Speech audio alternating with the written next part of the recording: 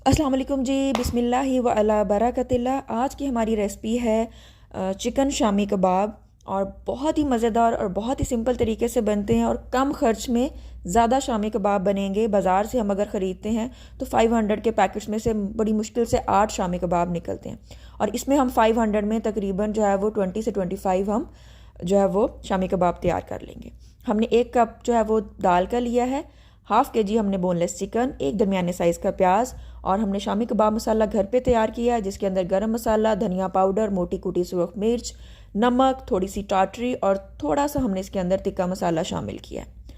इसके साथ ही हम इसके अंदर हाफ़ टी स्पून जो है वो या 1 टीस्पून हम इसके अंदर अदरक और 5 से 6 जुवे लहसुन के और 5 से 6 सब्ज़ मिर्ची हम कट करके इसके अंदर शामिल करेंगे। अब हम कुकर के अंदर जो है वो 1 कप पानी ऐड करेंगे।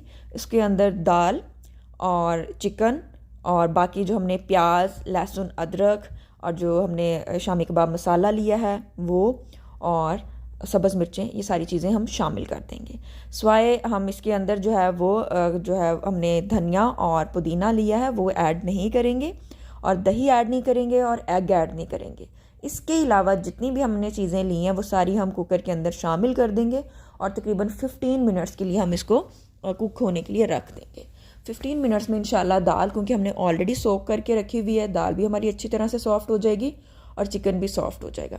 ये 1 चम्मच दही का 1 अंडा और 1 प्याली हमने धनिया और पुदीने के लिए वो हम बाद में शामिल करेंगे। 15 मिनट्स में जब हमारी सारी चीज़ें जो है वो अच्छी तरह से सॉफ्ट हो जाएंगी, गल चुकी होंगी, तो उसके अंदर हल्का सा अगर पानी रह जाए तो हम पानी को दोबारा से उसको ड्राई करेंगे।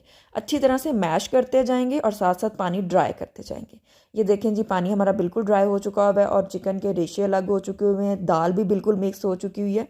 अब हम इसको थोड़ी देर ठंडा होने के लिए रखेंगे और इसके अंदर हम शामिल करेंगे धनिया और पुदीना 1 प्याली, एक हम इसके अंदर एग शामिल करेंगे और 1 चम्मच हम इसके अंदर दही का शामिल करेंगे।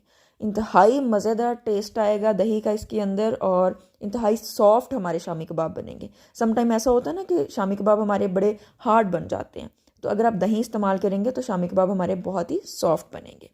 मैंने चूँकि जो है ये फ्रीज़ करने के लिए बनाए हैं, तो हम इस तरह से इनकी जो है वो गोल गोल टिक्कियाँ बना लेंगे और इनको फ्रीज़ कर लेंगे। हाफ़ के जी चिकन और 1 प्याली दाल के साथ तकरीबन हमारे 20 से 25 शामी कबाब बन जाएंगे।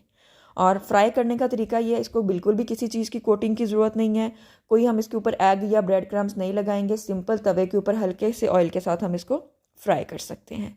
और मैं गारंटी से कह सकती हूँ कि ये रेसिपी जो है वो बाज़ार की रेसिपीज़ और बाज़ार के शामी कबाब से बहुत ज़्यादा मज़े की है। इस तरह से फ्राई करें और इसको अपनी पसंद की जो है वो सॉस के साथ सर्व करें।